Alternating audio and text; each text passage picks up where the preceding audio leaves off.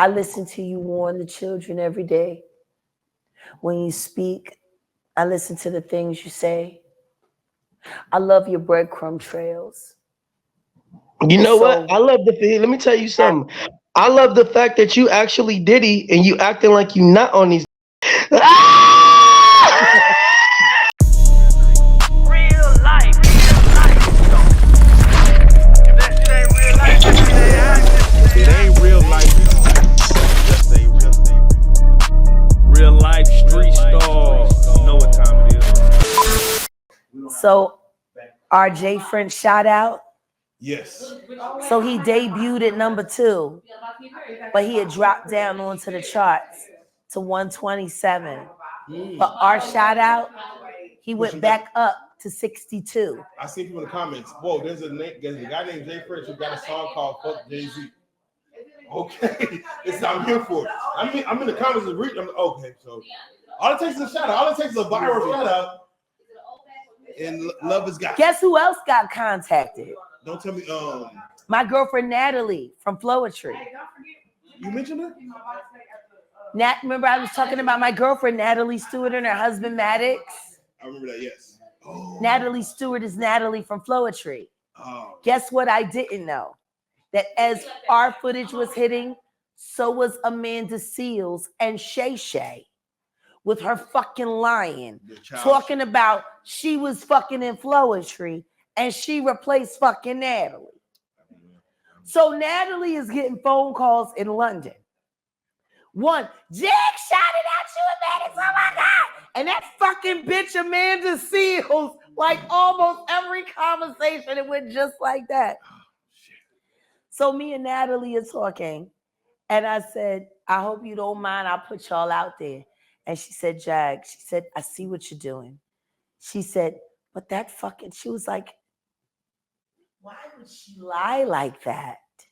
Amanda Seals. You were never in Floetry. You might have gotten considered to try to replace Natalie, but considering that you never went into the studio and you never recorded anything, that would mean that even Marsha didn't have confidence in you. And it's just wild how these motherfuckers still like to try to take over and assume other people's legacies. Natalie just won another Grammy. Nobody's even acknowledged it. No one's acknowledged it. But I tell you what, the shout out that we gave Natalie and Maddox is helping their promo tour for her new project this summer. Just like that. Just like that. Yeah. Jay French popping up back on the charts after the album fell down because it's so hard for independent artists to compete with the system. This is why they suppress me. This is why they hate me. You know, this is why I have a hard time talking about that gentleman sitting right over there. Come on, let's my little brother. Yeah, let's talk about him because you've been pushing since the first interview. You want to know what's interesting? That it takes a bitch that's not from Dallas indigenously to acknowledge Big Al's son. Man, come on now. And I want to do like this. Rakim, do you mind just putting your face to a name? Because I want to just jump in there. Come on over here. Can I put your face in it and just get off camera? Come over here. Sit with your sister. Just sit for 30 seconds and hop right off camera, man. It is all I need you to do. You doing that? Hey, come on, man. I ain't asking no questions. Just put your face to a name, and I'm going to talk to Jag because in the first interview, you mentioned Rakim Al-Jabbar. Yeah. And what you came to Dallas even do for artists like Rakim to push him to the next level. And here you go, 3 years later. It's some bullshit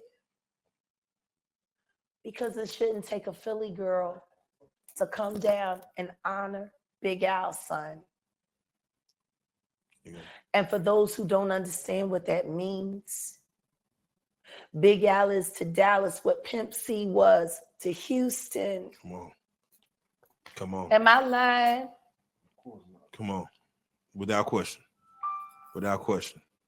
Meanwhile, you got all these so-called fucking legends who were cultivated, promoted, helped by Big Al.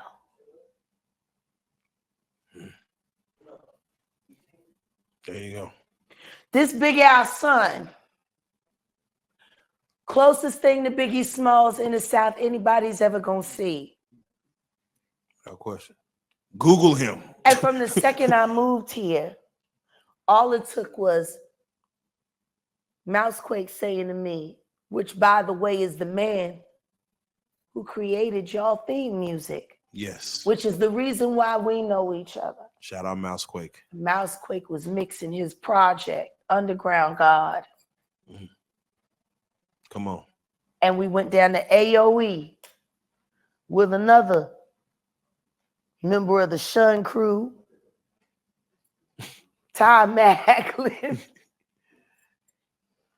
And we did KOS. Mm. And if I was to say, for anybody who wants to just like right now, pause it and Erykah Badu was a sample on his album. I appeared in Real Life. Oh. When Jaguar Wright appeared on Big Al's son's record, it wasn't as a sample. I showed up at the studio in Real Life. Come on. I'm not even from here. I moved here. And you've been my little brother ever since I've been here. All right, Rakim, y'all come hop out. Y'all Google Rakim Al-Jabbar. Period. Cypher. Just type that in. You'll see what it is. Legacy. Shit, I'm about to ask for quick 16 if I can get it. We gonna get it. But we got Can one. I get a 16? We got a guy who came in the other day, a young star who mentioned your name in our own interview. That's not out yet, but an Orlando Brown who came in, who now is waiting to talk to you. And Orlando? We about to bring him in. You about to look. You about to see him right there. Come on in. And here we go, just like that. Boom. What you doing? Sitting here. You sitting there? Talking my shit. Mama Bear sitting over there talking that good shit. Listen to me. I'd have paid good money to see you jump all over this couch in real life. Hey, why couldn't you wait for me to be here? Yo, I literally had to. I had another interview, and them cats already gave me the upfront. So I was like, yo, I gotta get. You know what I'm saying? I had to give my shout out. I had to give my shout out to what is it? Get Active podcast shoot or show. Yeah, it was cool. But I'm really proud of you. And I just really wanted to just touch your heart and just let you know, it's a lot of people that been jumping on this wave, this truth telling wave. I'm the only one that's gonna tell you like the truth as far as who I could okay, and you are definitely the O to the K. Like I have no rebuttals. I have nothing to say. You are on their head. I just wish I was there with you. Listen to me. I got a birthday coming up. Now, a lot of people like collecting jewelry and stuff like that. I like collecting experiences. I'd appreciate it if you'd be my special guest in Las Vegas at my birthday party. Okay, well, I would love to do that. Let me know. We'll get the particulars, but that's a definite yeah. Okay. You know how to get to Vegas. Real yeah, you already know. My daughter's out there in Vegas. You know what I'm saying? So yeah, I better know how to get to Vegas. You gotta make sure when you come down, you pick up and you bring her by the house for pancake breakfast. I bet. We're gonna see what's happening. We're gonna see what's happening. No, you can ask all these gentlemen. I'm a qualified chef Tornado. I know, yeah. I think Dave Chappelle was talking about the pancakes that you make on his show. Well, you know I am Rick James, bitch. What's so funny is when we get together in person, I'll tell you about the jam sessions that I used to go to with Rick James and Eddie Murphy and Raphael Deek and all of that stuff. Oh, we had a time. Oh yeah, I know you had all the times. Every time in the world was yours, and it still is. And we just now getting to hear your music, and I'm just interested into They what you work so got hard going on. for radio. Seriously, yo, your R&B is crazy. You know what though? Your R&B is nuts. I have a rebuttal for you. What? That R&B, have you heard? Yo, my assistant, her R&B is nuts. If I can ever master singing the way you've mastered communication, I'll be somebody. Well, see, that's why we got to get together, because iron sharpens iron, baby, and it's only gonna take just for 5 minutes. That's it. I want them to stop. I don't think you understand. Every time I hear somebody say something negative about you, there's a moment where I literally try to jump through the screen and choke the dog shit. Yo, and you know what? The thing is, they haven't seen anything when it. I mean, everybody's just we've been through so much in the world, and everybody's just now starting to listen to the truth, and everything that you're saying and everything I've been saying, and what they've been hearing is definitely a breath of fresh air. But I would just like to, like I said, I would like to vibe with you on your work on what I'm saying. Something right now. Do you know who Judy Garland is?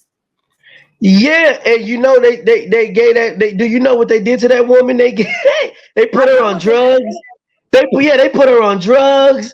They beat her up. She had to deal with the alcohol. How the hell is her story the same as these Nickelodeon kids? Right now.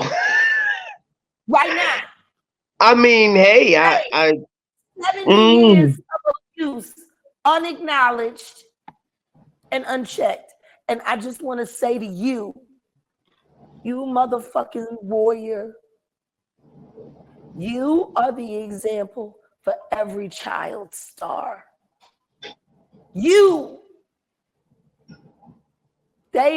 I've been watching you since you were a little peanut.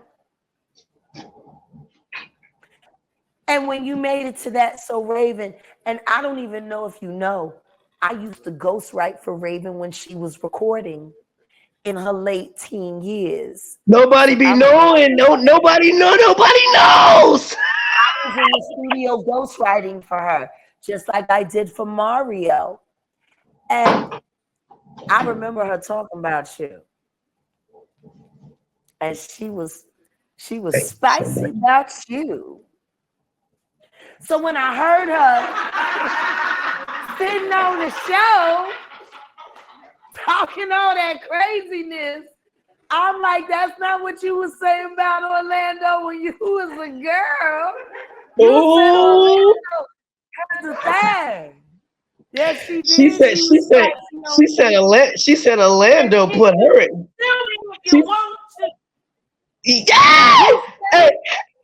Hey, she said Lando made her talk to a shrink, but she had already been married to some pussy. That part.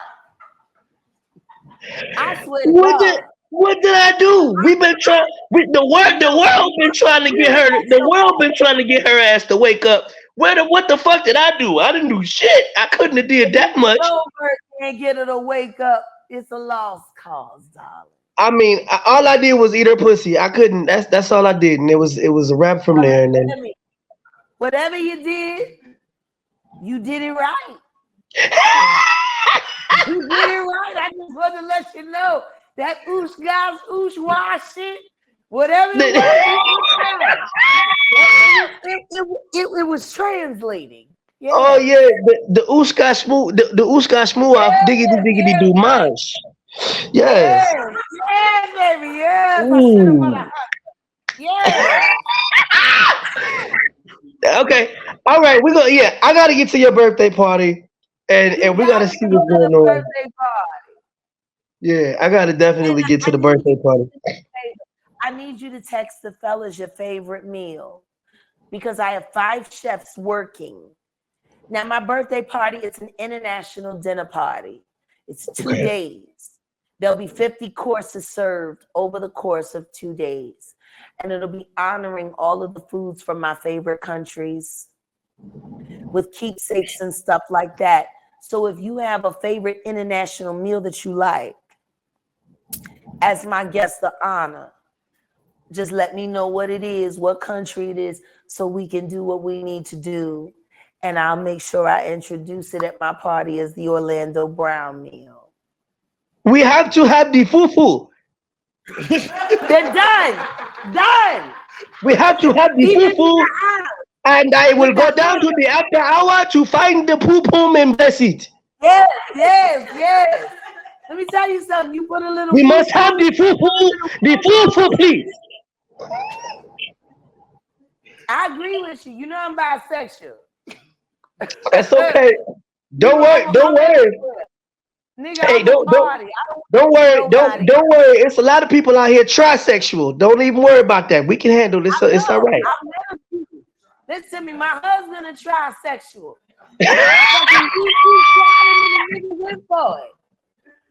Yeah. See, it's all right. Don't worry. Yeah, don't worry about it. We be all right. Don't worry about nothing. I know, because we just got to get to this birthday party. We got to figure out what's going on.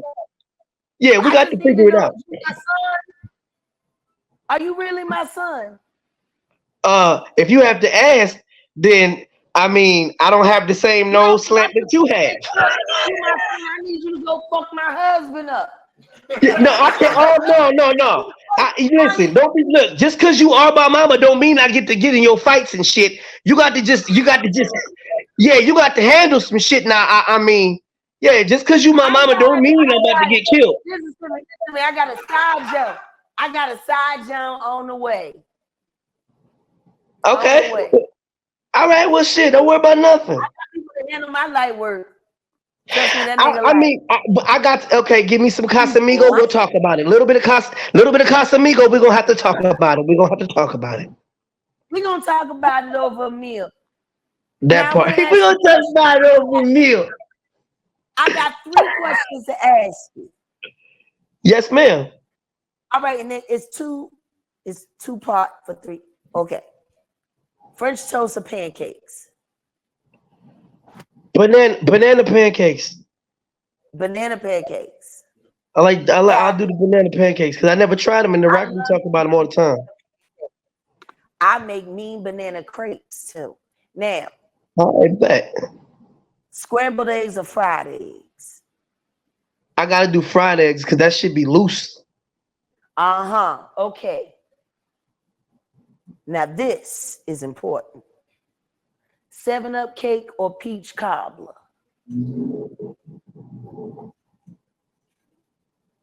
I'm gonna say 7-Up cake. Well, that's great because it's medicated and it's gonna get you high off your ass. Joaquin, you remember that medicated 7-Up cake and that peach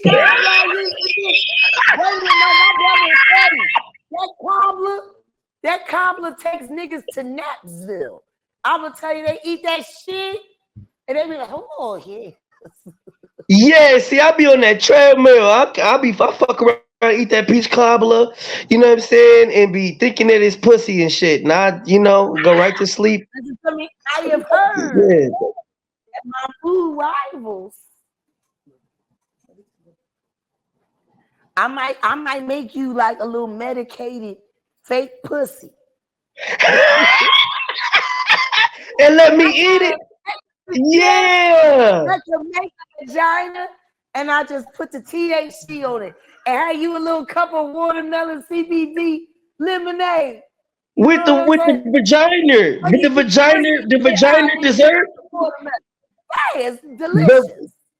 The vagina dessert. Yes, vagina. Medicated. Okay, I'm with it. Some medicated vagina. Yeah. Talk to me. I can dig it. Yeah.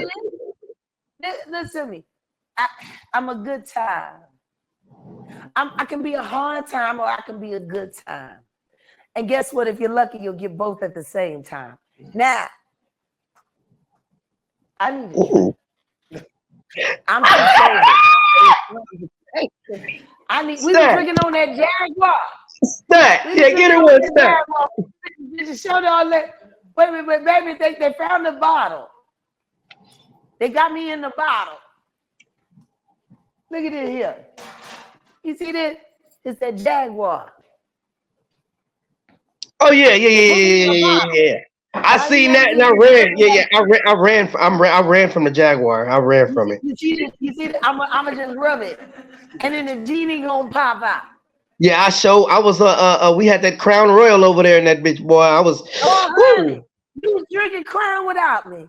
Yeah, yeah. Had a little bit of Crown, just a little bit, not too much without you now. Without you. You know. Yeah, you sitting over there. You know you sitting over there with Drake and them boys. Listen, I'm gonna tell you something right now. Did you say Drake? Yeah, my boy. You know what it is that every time I hear Drake, all I think of is Aubrey. Aubrey Graham, my boy, Aubrey. All I hear is Aubrey. Aubrey. You want to know what's funny? Do you remember Aubrey's album, The Nothing Was the Same? He was the boy and the man, and it was the painting. Yeah. That was the pound cake album and all that. Yeah. No, that's my cousin that painted that. He painted the picture? Yeah. Oh, my whoa. Cousin, that's see, since you my son, that's your family. We got to get him to paint a picture of you. You know, it's so beautiful. Because if you go down to Marvin's room in LA, my cousin Kadir painted that as well. And he also painted the mural of Michael Jackson's life. But what I'm loving about what Kadir is doing is he's been painting pictures of truth. And the last big picture of truth that he painted, it went in the Smithsonian in Washington. It was a very odd time. It was 2018. Oprah Winfrey walked the picture of Henrietta Lacks that my cousin Kadir painted into the Smithsonian, and my son was dead 5 days later.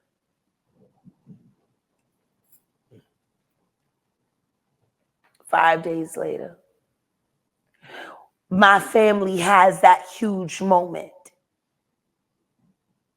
And then my son died, and then me and my cousin Kadir sitting in the loft downtown LA, crying for his accomplishment and for our loss. He should paint you. Yeah, he should. He could. He definitely. You are the symbol of truth. And whether you know it or not, you're an ark. Because all of the secrets of all of the children that were affected, like you were affected, they live in you. I listen to you warn the children every day. When you speak, I listen to the things you say. I love your breadcrumb trails. You know what? I love let me tell you something.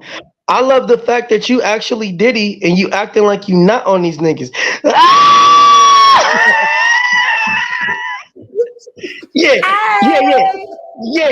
I love the fact that you popping your shit so smooth and you'll never be caught because you didn't do shit. I love the fact that niggas can't really touch you only because they made the deal with you based off of the fact that they you know, they did some things that we recorded and we got their ass. So don't worry Do about you shit, know moms. You what know. I always say?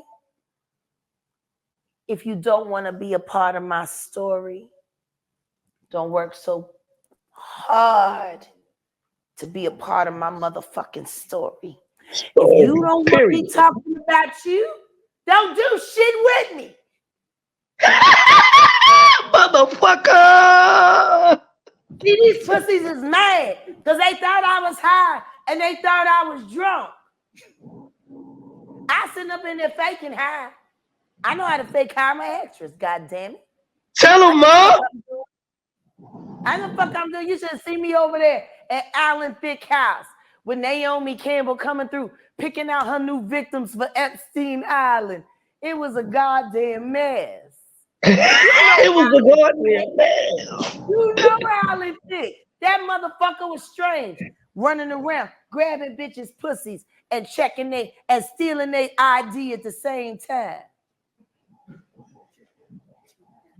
Like you ever seen a motherfucker walk up on a nigga talking about ooh, and then going through their fucking shit, looking for their fucking passport. So when you get on that plane to go to Epstein Island, your ass can't leave. Fucking gatekeeper. Gatekeeper lost pussy. Alan Thick. And Naomi would come over there. That was the first time I seen her pussy. I swear to God, I didn't even want to see Naomi pussy. I did it. I didn't want to see Paris Hill pussy either. But I seen it at the studio. Had it up on the screen. Wait a second. So let me tell you how I go. So I'm sitting there at the Alan Thick party. I came with Jimmy. You remember Jimmy from New America that worked for Andre Harrell before they made him have a heart attack and had Russell Lyons saying that he died from a bad diet. Bitch, fucking piece of shit. The reason why is because he didn't drink enough lemongrass. Fuck you, bitch. You're down to say bullshit. You was fucking tapping in to Key Morris stem cells before she was a full embryo. Don't play. We know what it is. But my thing is, right? So all these motherfuckers running around fucking with kids, doing all this shit. And they do it out in the open. I think the thing that people really have a hard time understanding about the life that we come from, because I'm a little older than you. I came before you, but me and you seen the same things. The shit that fucked me up is they think that this world out here consuming all this shit is the real world, and it's not. It's the fake world. You and I live in the real world. And that's why they have such a hard time getting it. Because they hear us say all this wild shit. And they like, oh my God, that's so wild. But it's really not. Because this shit is happening every fucking day. This shit is going on all the fucking time. And because we got behind the velvet rope, we got to see how the real world operates. And they get to live in their delusions that it's all entertainment. So I just wanted to say this one thing to you. Wait a minute, I want to play you a song. Can I play him a song? You ain't got to worry about copyright because it's my music. Play it. Play it. Like it's original. Let me go up in here. I wrote a song. And let's make sure Orlando can hear it. It's called Look at Me, Tekashi 6ix9ine. I wrote it after my son was unalived. And I wrote it about what this shit really looks like. And I just wanted to hear what you think about the lyrics.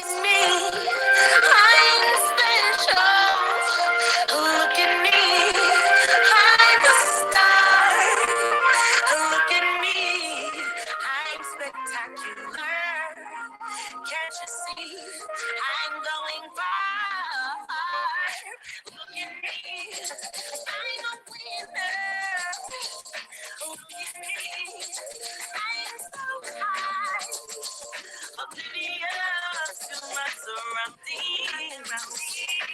Oh, you fucking shit. I told you, nigga. I told you.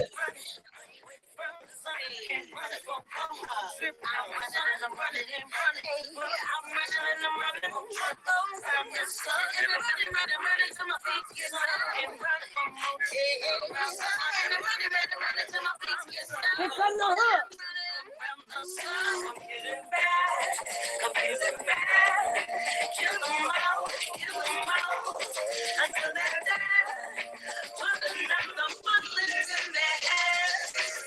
Like they did my Nipsey.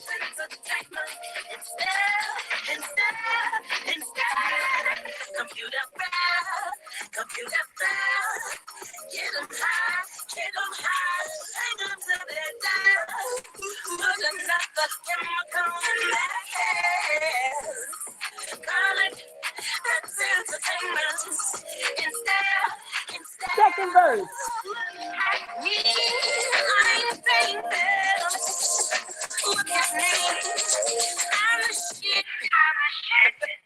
Look at me, got a million followers. That must mean that I'm so rich, I'm so rich.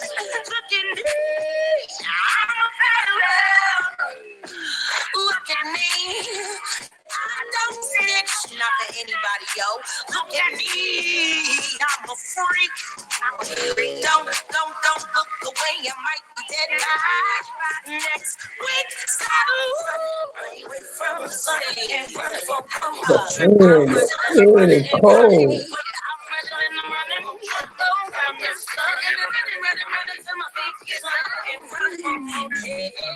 Woo.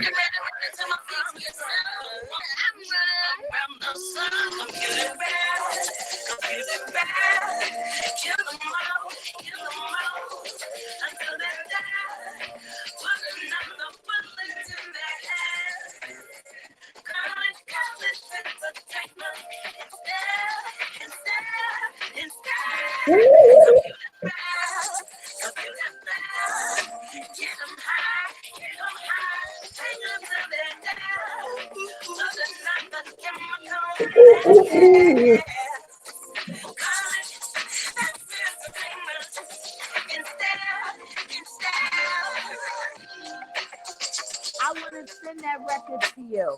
That's hard. Yo. Please do, cause all right. So listen, you asked my opinion. I'm not gonna lie. I honestly, it's gonna go this way.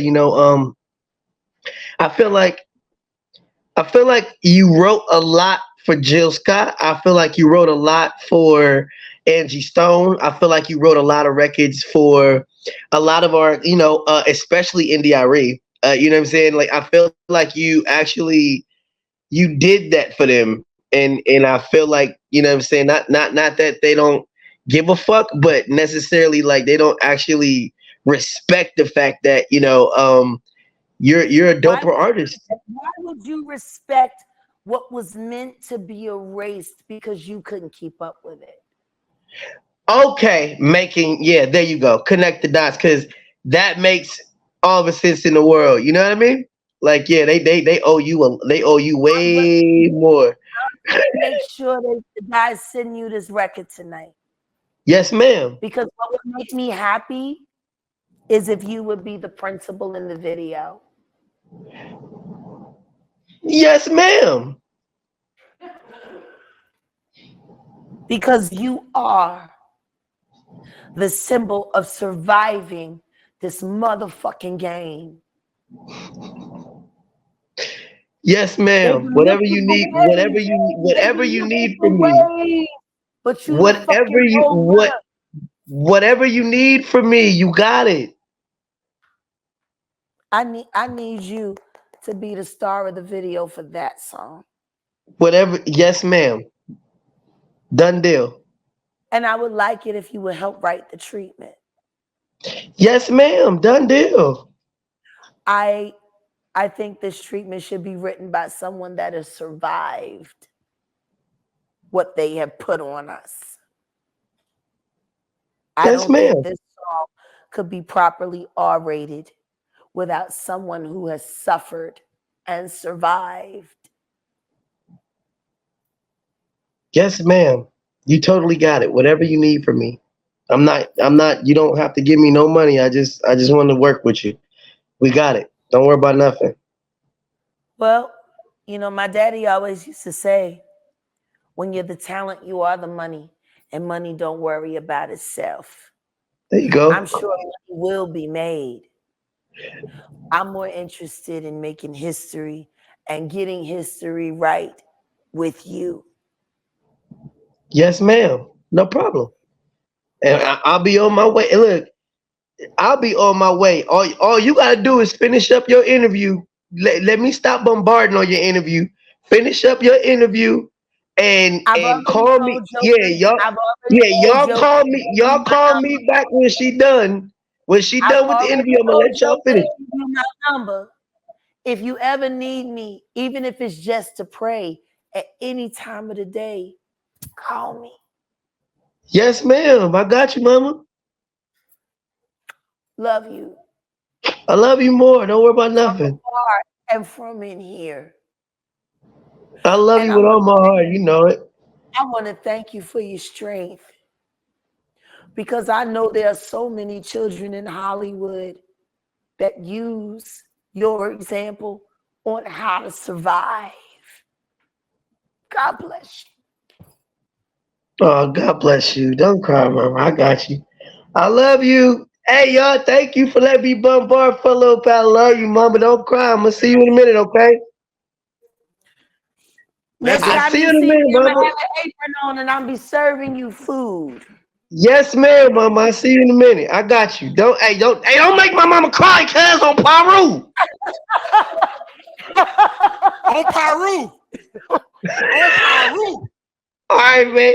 Hey, here's to you, mama. I love you. Have a great rest of your interview, okay? God, listen to me, this to you. We see hey! That's some of that Jaguar. All right, well, I'm there, baby. All right, have a good one. I love you. I start chugging. All right, bye. Don't know when I get to my college moments, I start doing dumb shit. Don't worry, that's the birthday party. That's the birthday party. I'm out. Don't say. I'm gonna tell you this right now. If you see me throwing up, I'm gonna have real long braids. Just hold my hair back. I got you. I got you. I got you. I love you. I'll catch you in the bed. All right now. And I want to tell you something. Fuck everybody that does not give a shit. Because when you got big motherfuckers that give a shit about you, that's all that matters. You are our hero, and I love you. Come on, man. God bless him. God bless Orlando. Man, that's amazing. Oh, that's amazing.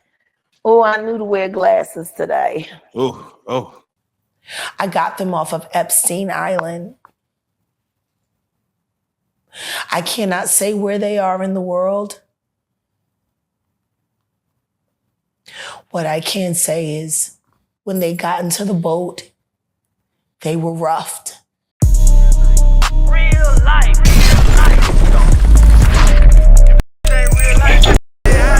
It ain't real life. Just ain't real life street stars. You know what time it is. All right, Real Life Street Stars, man. We back with Jag, man. And I got to say, Jaguar, you just did, I would say, what we would think is the unthinkable. 2 million views within a couple of days. 1 million view on part 2. 1 million view on part 3. The Real Life Street Stars interview, back on the blue couch. You killed it. And, thank you first and foremost. Because, only you could do such things on this couch to make us anonymous. But we have to work our way through kind of like a little bit of a recap of what that interview was. And the first thing at the end, let's work forward, is you went live today on your own Instagram to address one Christopher Williams, who he said, man, what Jaguar talking about? No, he said I was a crackhead. Oh yeah. Oh, I'm sorry. He did say that. And this is all I have to say to that. Somebody go get me a cup. I'll piss in it right now, right here on camera. And I guarantee you the only thing you'll find in my urine is alcohol and THC. That's all I do. I am a retired drug dealer. Never get high on your own supply. 10 crack commandments. I remember when the song came out. I don't do meth. I don't do coke. I don't do heroin. I sold that. More importantly than that, my father was a drug and alcoholics counselor, a retired addict himself. I knew everything about drugs by the age of 7. My father used to sweat out heroin addicts in our basement. See, I thought it was crazy when I was young. But as an adult, I understood why my father brought his work home with him. Because he wanted us to see where this shit ended. So we wouldn't want to begin. See, when you see a motherfucking grown-ass man, 6'7", 267 pounds strong, crying like a fucking baby, having fucking heroin withdrawals. At the age of 5, it becomes very clear that's not the shit you want to do. When your father goes into a crack house with a 45 in one hand and a Bible in the other and walks out with them both with blood on them with your god sister in her arms because he had to beat the nigga that was raping her off of her because her mama sold her to get high for the money. Like, I had to sit with my god sister when my dad had to literally beat a nigga off for her from being raped. We were the same age, and she looked so much older than me. We were 10 years old. Her body was 10, but her eyes was 80. She looked so old to me. The nigga that I had to shoot to stop him from raping her. Clean shoot. See, I know what drugs do. And I know what people will do for drugs. To accuse me of being an addict, whether you're accusing me of being a meth head or a crackhead or a cokehead or whatever it is, it's insane. I save people from drugs. Just like I save people from sex traffickers. I save people. I wonder how many people are gonna be saved after my Tusi tutorial. Come on. Come on. It's crazy. Like, y'all motherfuckers don't like the way I say shit. But it's effective. It saves lives. Fuck you mean? So you were saying Christopher Williams, the dick sucking hoe? Yeah, what did you say about him? Yeah, well, I mean, what do you say? Because he's like, I'm from Brooklyn and I would never And he's a dick sucking hoe from Brooklyn. Wow. He's a light-skinned, lightweight, JBL headphone stealing, pussy-ass motherfucker. That was 2017, Jack. And 2017, that was less than a decade ago. Who the fuck fucking steals JBLs? Steal the beats. You're an artist. You should know the difference is sound quality, ho. The beats, the JBL. The beats that you stole the JBL. The beats were hotter back then, yeah. God. So with that being said, yes, you've ruffled some feathers. Fuck them. Fuck the feathers. Put them in a pillow. Go to sleep.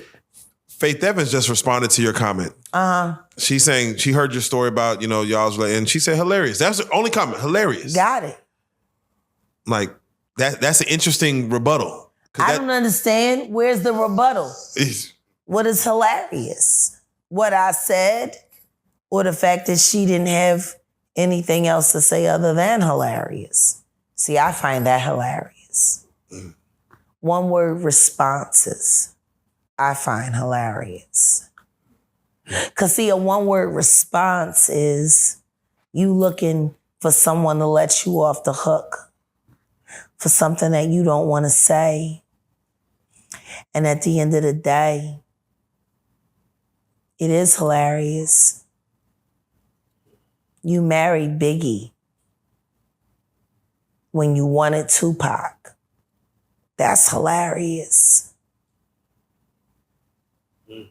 You wanted Grammys, but you settled for ghostwriting for a whore like Mary J. Blige. That's hilarious. You wanted to build real R&B divas franchise, and you settled for Stevie J and Mona Scott and Jocelyn Hernandez and The Masked Singer while he films you in your home, disrespecting you. That's hilarious. You married your child's godfather, and he wasn't never looking out for neither one of y'all. That's hilarious. Or the fact that Valletta Wallace would have rather had Little Kim, a woman that really loved her son, than you as a daughter-in-law. That's hilarious. You want to talk about hilarious? Hilarious is settling for a life that is so far beneath you, cousin.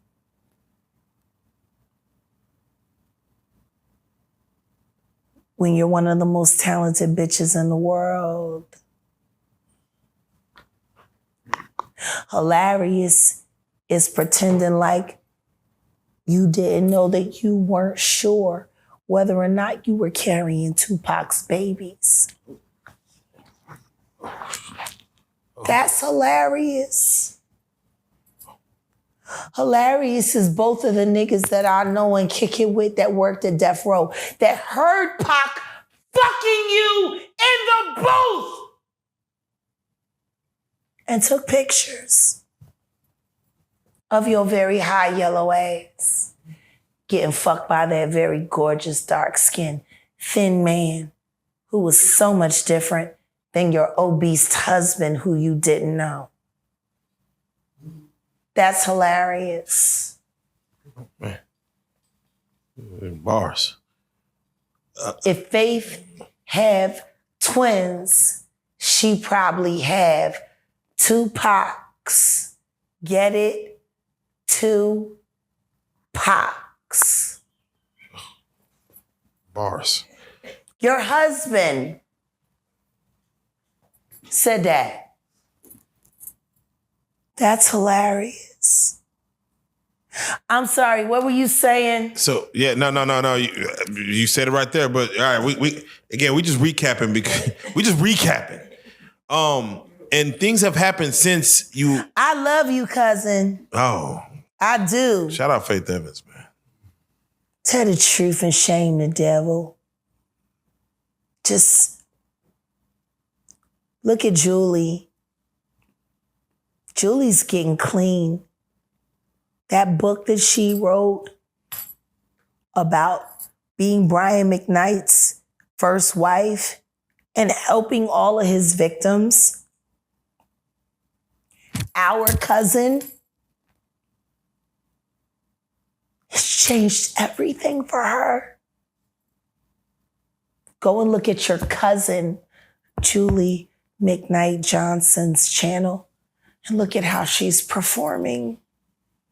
It's so clean. Get clean. And I mean get clean. So because we know how Stevie J loves feeding cocaine to the women he lives with. And that's what I'm going to ask you about. We've seen Stevie J, since your last interview, come out to Puff Daddy's defense. And he said one thing that kind of threw me off, where he said Diddy has never done no crime. I said, wow, that's a blanket statement to say no crime. For him for him to say that. Yeah. No crime. I'm like you're kind of fucking yourself up by even saying that. He's on 1,000 fucking sex tapes. What the fuck else he's supposed to say? What he gonna say? Did he guilty or what? What the fuck he gonna say? He's got this nigga. He's using him, his little sex tapes and shit, as the archetype to recruit new fuck niggas. Look at Stevie J fucking Bieber in the ass. That's all you gotta do. And the world knows that Stevie J's sex tapes date back to him and Mary J. Blige on the sex tape? Yeah, it goes back. Did you ever see the tape with him and Evelyn? Yeah, him and Eve. I'm sorry. Yeah, him and Eve. Evelyn. Oh, I'm so sorry. Yeah. Yes. It dates back to that. I'm sorry, Mary J. Blige. Yeah. But it dates back to her. He fucked her too. Oh, goddamn. And I ain't saying allegedly. Mary. Yeah. You know, it's funny, Jag, because you mentioned like when you said, hey, I want to learn what the Tusi was. I didn't know what it was. And you learned about it. And then just last week you hear about Diddy's bodyguard arrested for drugs, paraphernalia. I'm like, okay. It seems to be like everything keeps unraveling slowly but surely. And, you know, he's like, you hear Stevie J, he's never done nothing illegal, but you hear his bodyguard getting arrested for drugs. And you only have to assume that these drugs are what, this is Diddy's bodyguard getting arrested Stevie J was at the house in Miami when they pulled up Bad Boy Style. Oh, yeah, he was. He said, I'm at Diddy's house. Don't forget. He was there. They had him in twisty ties too, like they had the kids over there in the Beverly Hills. I forget about that. Fuck was you doing there? He was getting hit. He's a fucking ghoul. Let me tell you something. If Diddy and fucking Stevie J was a movie, it would be The Vampire of Brooklyn. Oh, man. Diddy would be Eddie Murphy. And Stevie J would be Kadeem Hardison, the ghoul. God. The nigga that he kept falling apart. Yeah, losing his fingers and shit. Yeah, shit. But he was down because he was waiting for his moment. Oh. That's Stevie J. Orlando Brown said Diddy's not going to jail. He said, I can understand why he would say that. Yeah.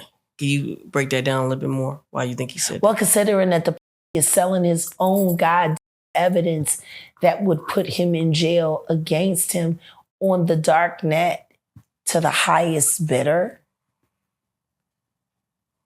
Why would he sell evidence of his debauchery and savagery? Why would he sell on the dark net his tapes of all the just terrible? Wanna know why? Because he doesn't intend to stand trial. Is he protecting people or are people protecting him? Oh no, he's selling it because he needs the cash. The last freak off tape that just got sold on the dark net, which I know because I monitor, went for $500 million. It had multiple stars in it. Nicki Minaj, Rihanna, Chris Brown, Justin Bieber, Drake. It was a really interesting night in Calabasas, and he just sold that footage. How come you think it doesn't get leaked to the public? The dark net? Yeah, like because of the dark coin. Most people don't even know that the dark coin exists. But that's how they're trading for all of the flesh they sell. Which is why I became so outraged last year when the twins turned 16 and he had them dressed like prostitutes and then he auctioned them off as NFTs because the NFT that he sold them to was attached to that dark fucking coin. It was like a promissory note to sell his daughters to the highest bidder. you see movies like Hostel. Do places like that really exist? Absolutely. Absolutely. Do the things that go on in places like that exist? Absolutely. Shit. It's funny because there are 3 women I know right now in my life. They've been in my life for 6 years. I've been caring for them for 3 years. I got them off of Epstein Island. I cannot say where they are in the world. What I can say is when they got into the boat, they were roughed.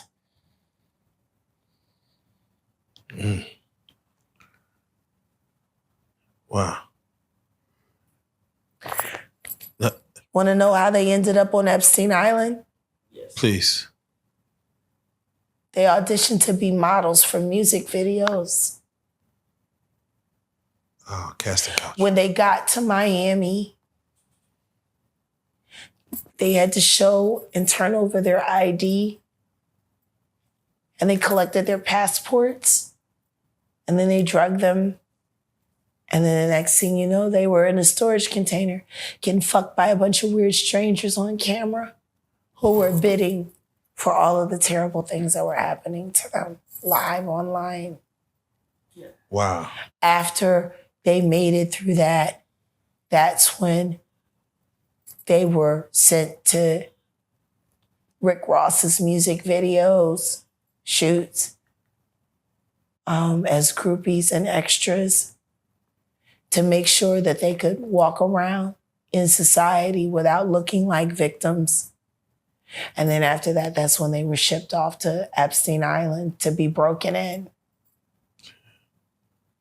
and to be readied for Dubai and Moscow. When they got into the boat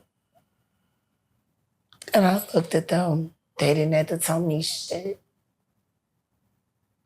And neither one of them, none of them, they didn't speak for weeks. But when you spend time with strangers and they finally feel safe enough to go to sleep and then they start talking in their sleep and you hear the shit that they yell.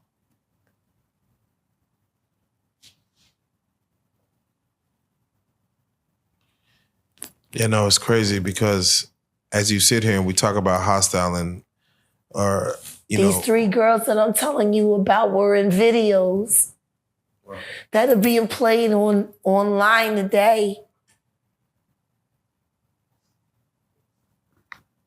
And they appeared in those videos after they had already been sodomized, systematically beaten, starved. But they were smiling in those videos, though.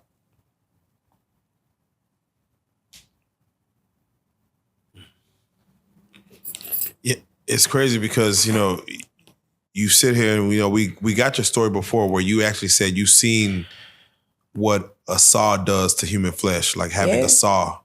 I mean, we got Terrence Gangsta in the building too as well, and he literally said he's seen the same thing, he's seen a saw, what it does to human flesh. And I'm like, I don't know what it does to a person's mind or psyche when they see that in person. It changes you.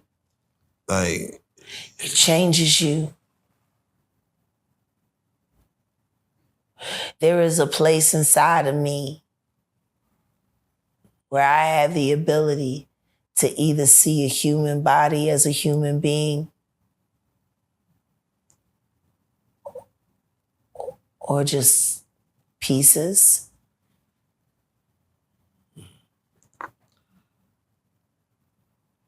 Now, Jack, you said Justin Bieber, and I have to ask you because there's a picture circulating online where they show He's Justin. the new Tevin Campbell. Yeah, they show him crying. He's the new Tevin Campbell. You're almost giving him a gateway to speak his truth of what happened. I wish Tevin Campbell would speak to him or for him. Because the same thing that they did to him, they're doing to Bieber right now. And I have evidence.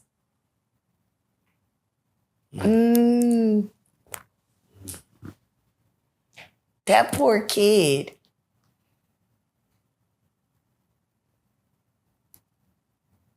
And all because he got discovered by Usher. And then Usher took him right over there to the diddler. And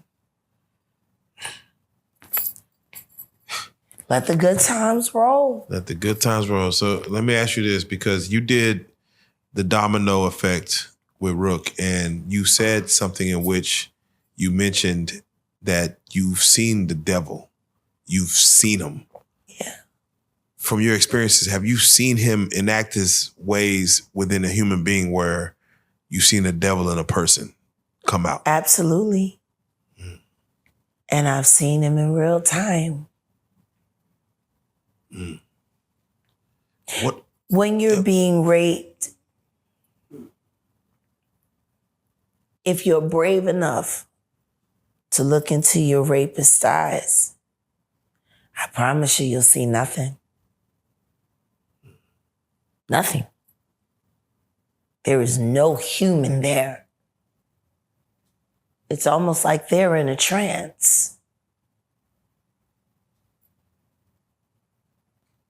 You can talk to rapists and they'll tell you, even in that moment, there is a space where they lost their self.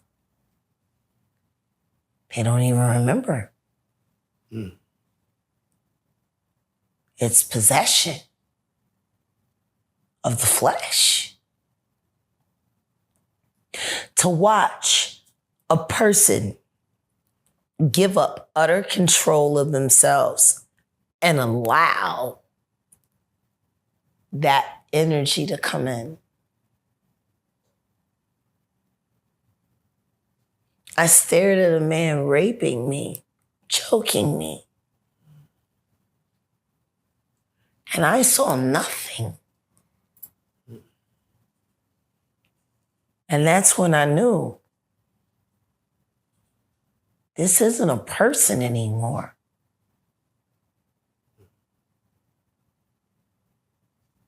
Which is why the idea of picking that knife up and slitting his fucking throat didn't bother me at all. That wasn't a person anymore.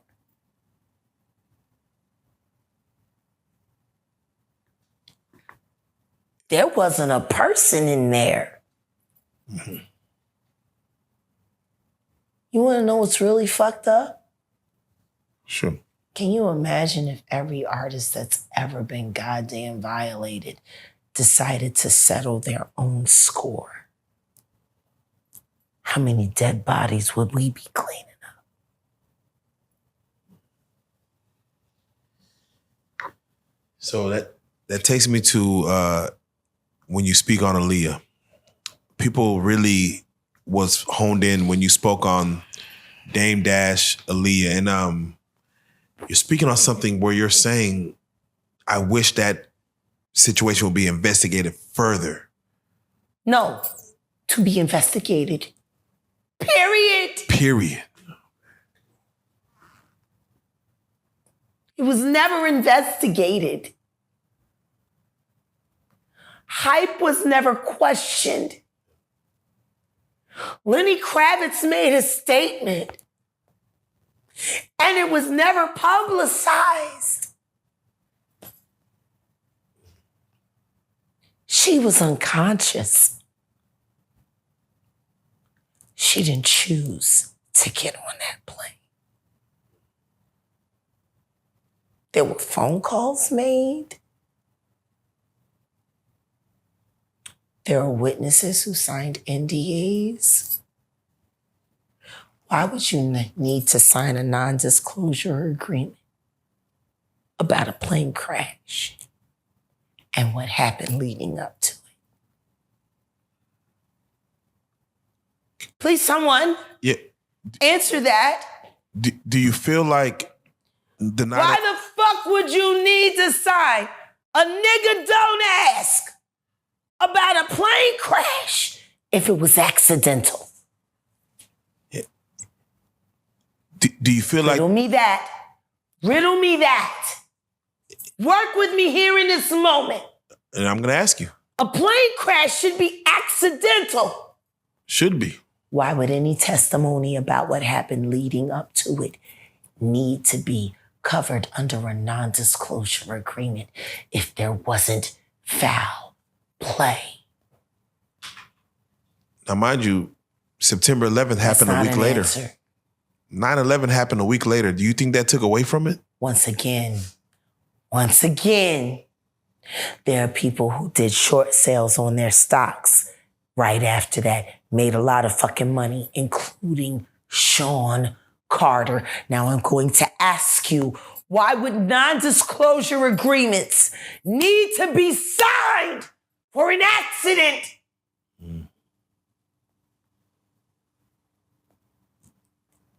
Hey. There were over 25 non-disclosure agreements cashed out and recorded regarding the death of that beautiful girl and every other human being that died on that plane with her. What the fuck? Oh. What would you need a nigga don't ask for that?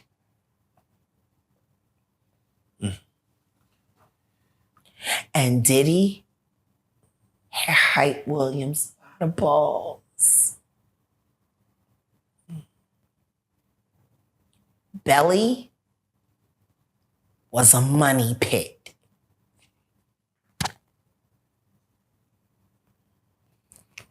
Without question.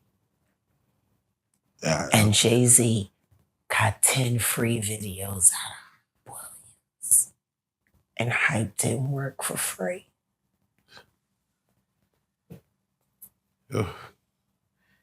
Now, translate Hype Williams, but also you spoke on Just Blaze. Yeah. Where Kanye West is now who Kanye West is, and Just Blaze is no longer in the picture. Ain't that some? Yeah, who mechanization is that? Like that was all Sean Carter's idea. Because Kanye went to the boule and Justin did not. Oh. Justin was punished for being the true Hebrew king that he is. Kanye suffers from buyer's remorse.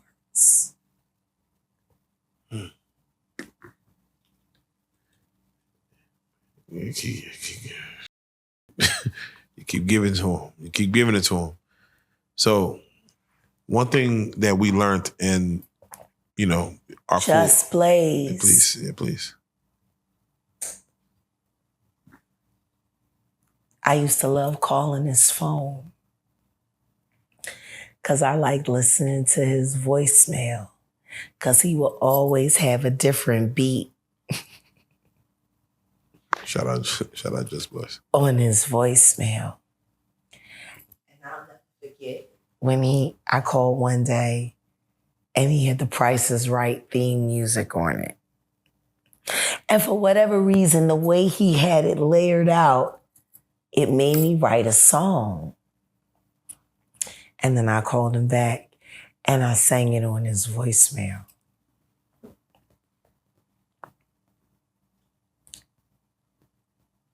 I wish we heard a lot more about Justin's music. Justin was really great. Takes nothing away from Kanye. I just think that a world with the both of them working in polarity would have been so much better for the community overall. Justin and Kanye together, so much more. I don't know. So let me ask you, because someone did ask about you mentioned or let me ask you about Corey Gamble. What about that? He was at Kim Porter's death scene. Yeah, I know. And he was also the nigga that took Tory Lanez to Kylie's house to fake shoot Megan Thee Stallion. Corey Gamble is Justin Bieber's former tour manager, which taught Kris Jenner how to be a tour manager so that she could take over the financial responsibility for all of Kanye West shows and remove Sean G. You. Anyway. Shit. Okay. Yeah, Corey Gamble has been a plant for a long time. Everybody knows it. Okay. Now, mind you, Jag, people in the comments of our last interview. He's probably the one that groomed Justin and make him so pliable so that they could pimp him out at all these damn music festivals. He would be the right guy for the job. Oh, shit. Okay. I want to go back to Kanye West. You can sue me, Corey. No fucks given. Yeah, so Kanye West, they we talk about the Illuminati a lot. Yeah. Do you think his mom's death was a sacrifice? Absolutely. So. Absolutely. You think that's? Did you check out the doctor I talked about? I just looking him up. John Adams. Yeah. Yeah. I think it's interesting, isn't he? Yeah, I hadn't got to look into it. Who the fuck hired that bitch? Yeah, right. That's the doctor you hire when you're trying to rig your insurance plan. Yeah. He's got an awesome success rate at losing human lives. For her to even go under this with this doctor is a crazy thing. Yeah. Wonder who hired him.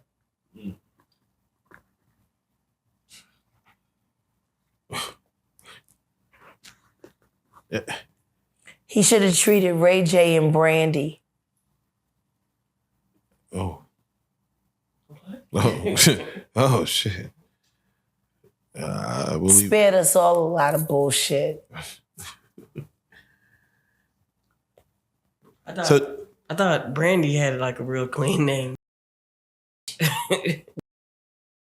Oh, wow. Yeah. Y'all don't remember that person with her car? Yeah, we remember. Y'all don't remember all the lying she did when she was a kid? Pretending to be married to that nigga and pretending that he was the father of her child when the truth is she started out Rodney Jerkins and then she started fucking his cousin and that's who she got pregnant by. Oh. I would know. Because she used to get by that at my little cousin's godmom house where we used to get drunk. See, 9 times out of 10, I probably was there when Brandy conceived her first child. We was all at the house in Mays Landing. I was keeping an eye on everybody. I got paid well to do so. I know exactly who got Brandy pregnant.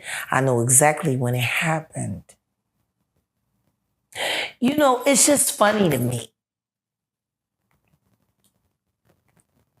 Because I know why they hate me.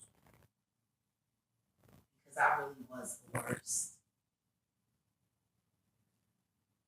I would have definitely been the top daughter for the Illuminati if I had have went that way. There was nobody more heartless than me, nobody more money-minded than me, and nobody more absolute than me. I was a great pimp because I was a great punisher. All the pain that I experienced, I know how to reappropriate that. But see, I chose to go the other way. Yeah, so what made you go the other way? My kids. Wait, Jack. People are going to ask this time and time again. How does she know what she knows? What puts you in these rooms to where you've been around all these people? Like sin. Yeah, I said, because they think, is it music? Is it, what put you in all these rooms? Sin. So you was with the shits. Absolutely. Probably always will be. Ooh. To a certain extent. There you go. And it's funny because when they asked that, of course you did the One Gotta Go and you spoke on Gerald Levert. Yeah. And people question, she don't know Gerald Levert like that. What's she talking about? And I Gerald very. Yeah, I want you to be able to tell him like, no, like when you're not. I met Gerald when I was 15. Ooh. He was my mentor. He is my boss. Then he became my friend. And then after I became a grown adult woman, he became my lover. And from the age of 15 until the day that he died, he taught me so much. When I go back and I think about Gerald, talking cash money bullshit to me and Scott Storch about the importance of songwriting. And getting too caught up in all of the fucking trendy shit. When a classic song will sell forever.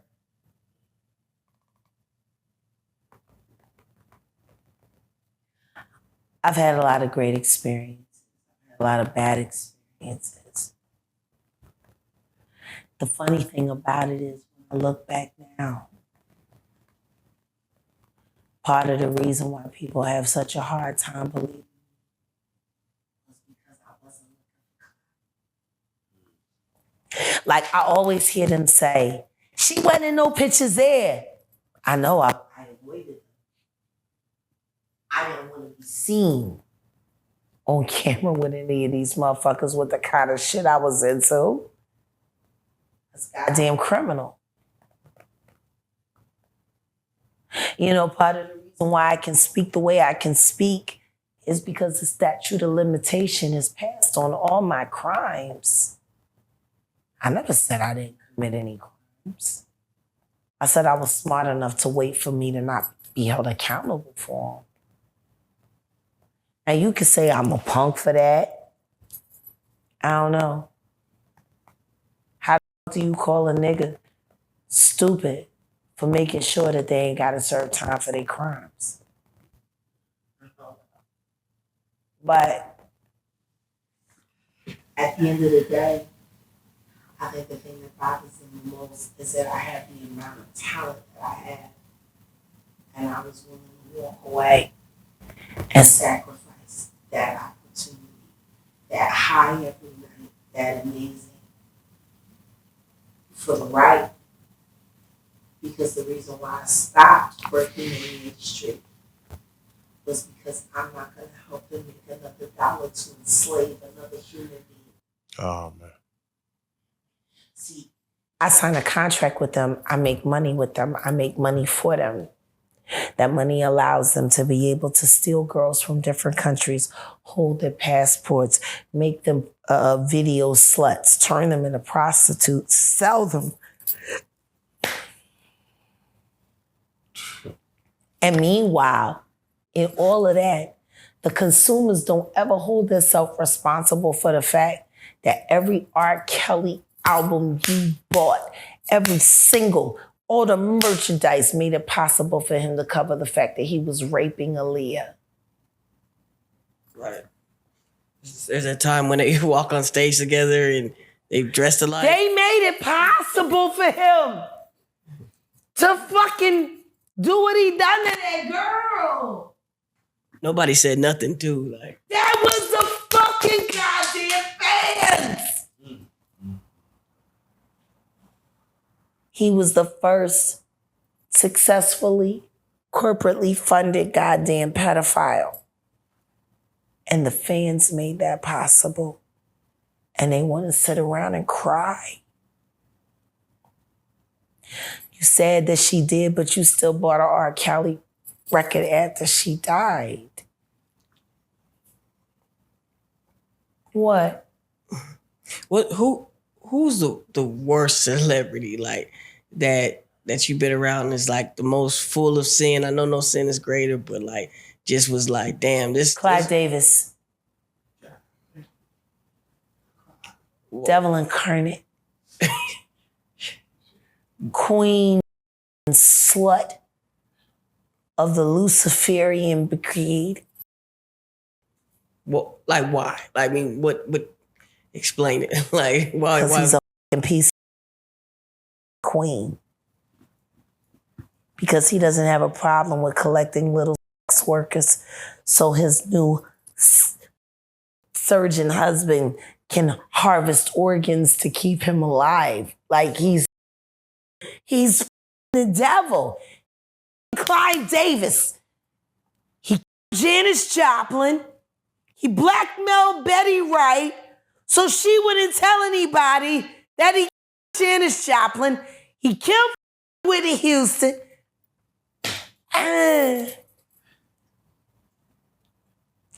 So, Jack, can I ask you then, if we seen what happened to R. Kelly, we seen Bill Cosby, we seen what's happening with Diddy. I think Aubrey O'Day from Danity Kane is about to make a documentary with TMZ, and the documentary. Yeah, I'm sure she's gonna make a documentary, and it's gonna fucking be so heavily redacted that she don't have to tell the truth completely. She's gonna be the new Janice Dickinson. I was gonna ask, who do you think, if a documentary was made of, will be the most damning? If, like, out of people you know, if they were to make a documentary. Sidney Poitier. Oh, whoa. What is the Academy Award winner? Yes. The fuck? What? Because the shit that he did for them. Oh. Just so he could have his career. Oh. The things that he did to Eartha Kitt. The lies that he told on Aussie D and Ruby. Aussie Davis and Ruby D. The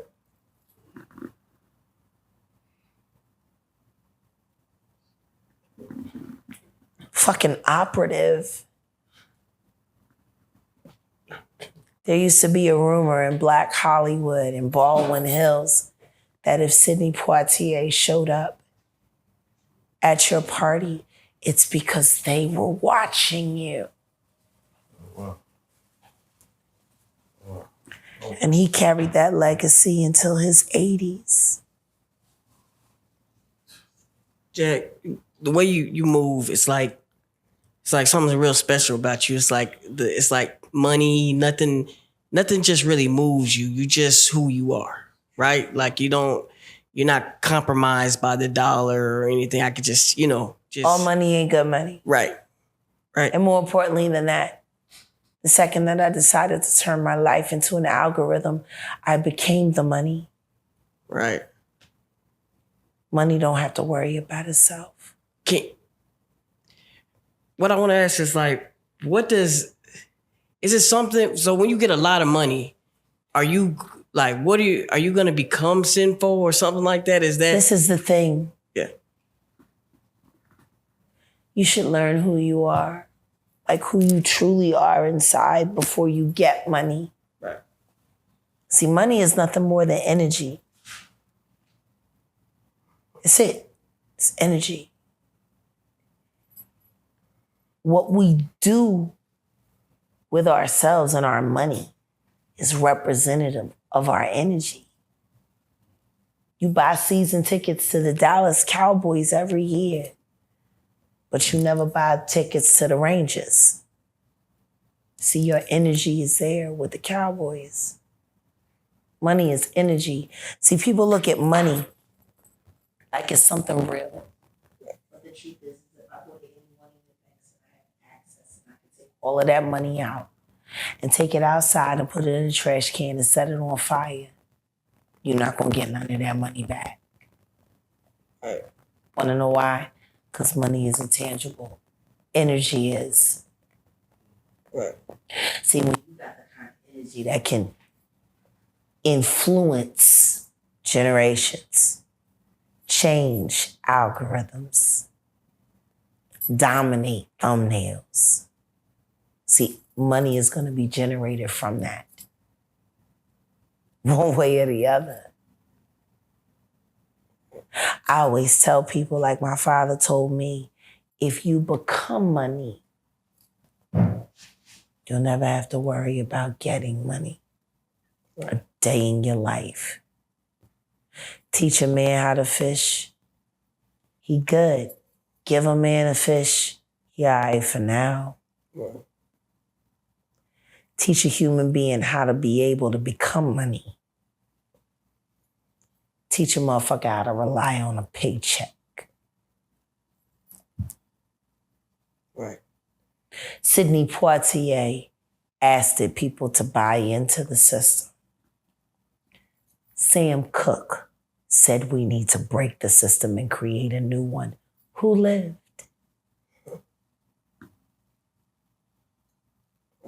Who lived? Sidney Poitier was in love with Eartha Kitt, and she wasn't even a dark-skinned black woman, but she was a black woman. And do you know what he told her?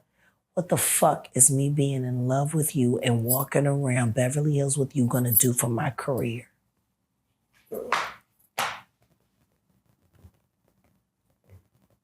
He turned from a real black woman that loved him because she wouldn't open the right doors for him on his arm. Sammy Davis Jr., after Sam Cooke was murdered, married a white Jewish woman because she opened all the right doors. Right. Now imagine if rather than warning Sam Cooke about trying to start a black agency for black talent, rather than warning him because he joined up with it, James Brown was already on board. Sammy Davis Jr. came and asked him to stop, and 4 days later, Sam Cooke was dead. Shot by a prostitute who said he tried to assault her when Sam Cooke could sing one note and get 1,000 bitches to throw their panties at him. Right. Why the fuck would he need to rape a fucking prostitute when that pussy got nothing but pussy? And guess what? Black America never demanded a better investigation. Not even now. Why not? Sure. Why not? Why not? We got questions in our faces every day, all day, that we don't ask, even though we're curious. I bet you I could ask every last one of you right now, what's the one question about this life or America that you're really curious about? Everybody would have something different to say, and every question would be relevant. Right. That's facts. I want to know, why did my grocery bill go up $150 and I'm buying the same shit? That's so true. But ain't nobody asking those questions and ain't nobody offering no answers. What happens when the price of bread becomes $25 and niggas start killing each other over ham sandwiches? That's where we going. That's where we are. Right. That's where we are, baby. All right, so Jack, real quick, as we head out, people have asked, what is Jack doing next? Where can I watch her podcast? She has an amazing voice. Where can I watch her sing? VEUIT. VUE. VEU. Or VU. IT. Okay, something like that. .com. View it. And this is The where home of the new Philadelphia Broadcasting Network. Yeah. And so many other great new rogue broadcasters are going to be coming there. And I'm looking forward to it. You know, it's a decentralized network. It's on blockchain, where the server is not in the United States. So you can pop your shit. You can pop your shit and actually get paid without being pimped by the platform technology that shadow bans you. Yeah. So I have to ask Jaguar, because I'm glad you're on this other side now and you're turning in a new leaf and everything. But I want to know, what's the worst thing you did with your money and what's the best thing you did with your money? The worst thing I did with my money was give my mother money so that she could secretly fund my sister's drug career. And it helped nobody. Best thing I ever did with my money, I sold my 1964 GTO custom. Oh, 64. To buy my god brother, Kenyon. His birthday just passed April 1st. He was born on April Fool's Day. Wow. I sold my car. He needed a heart. I sold my dream car. And I got him number 2 on the spot. He was the next guy in line. And he died a week and a half before he got his heart. And then I had to donate it.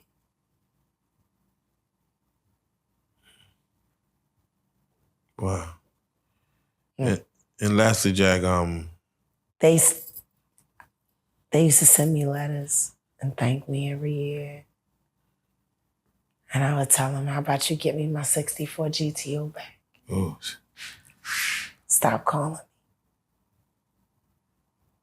And Jack, I have to say this because in the last interview, even in what we did on One Gotta Go, you know, you sung Prince.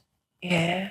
And the words, it still resonates me to the day, to this moment. It is almost eerie when you sing something like, maybe I'm just like my mother. Yeah. She's never satisfied. And what you spoke on the last interview of what you want, when we asked you about your mother, and you know, Isn't that interesting?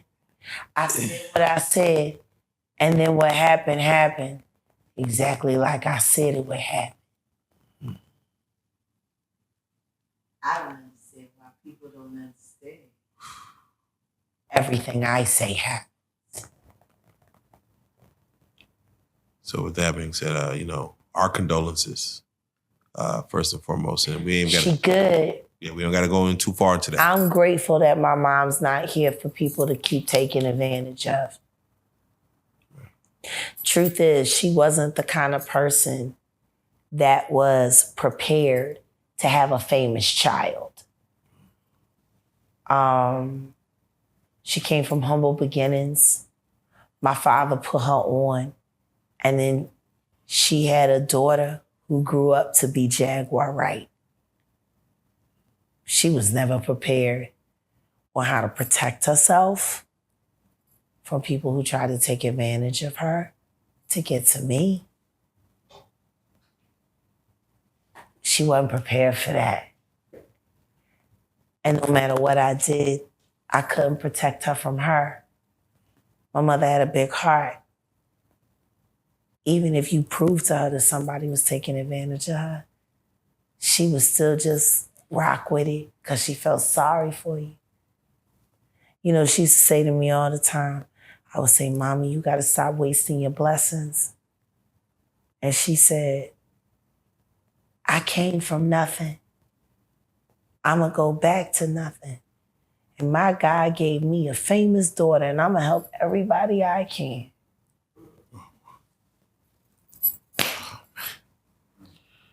Fuck you say to that. Sure, yeah. Man, come on. Oof. So as much as I want to regret, I know what her goal was.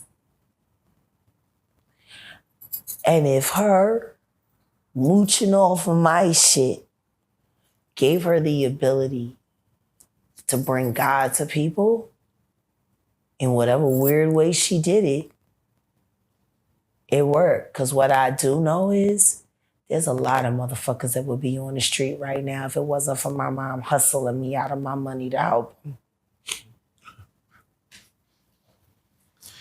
You're right. Oh. And half of those motherfuckers is motherfuckers that talk shit about me because I cut off the faucet so they could no longer use my mother. And then the next thing you know, once they realized they couldn't get no more money, they just started doing interviews with weird bitches named Tasha K, whose children playing monkey shit, getting ready for their new mammy. Hey. Fuck you mean? Let's go. Anything else? Well, Jack, no. May 17th. It's a birthday coming. And hey, Orlando Brown said he'll be there. I'm gonna be 47 years old, and I'm gonna party like I'm 25. And I'm gonna be the first person up making eggs in the morning. And that's just how that goes.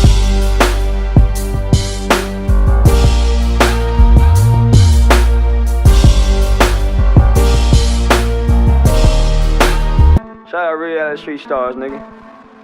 Move it. Hey.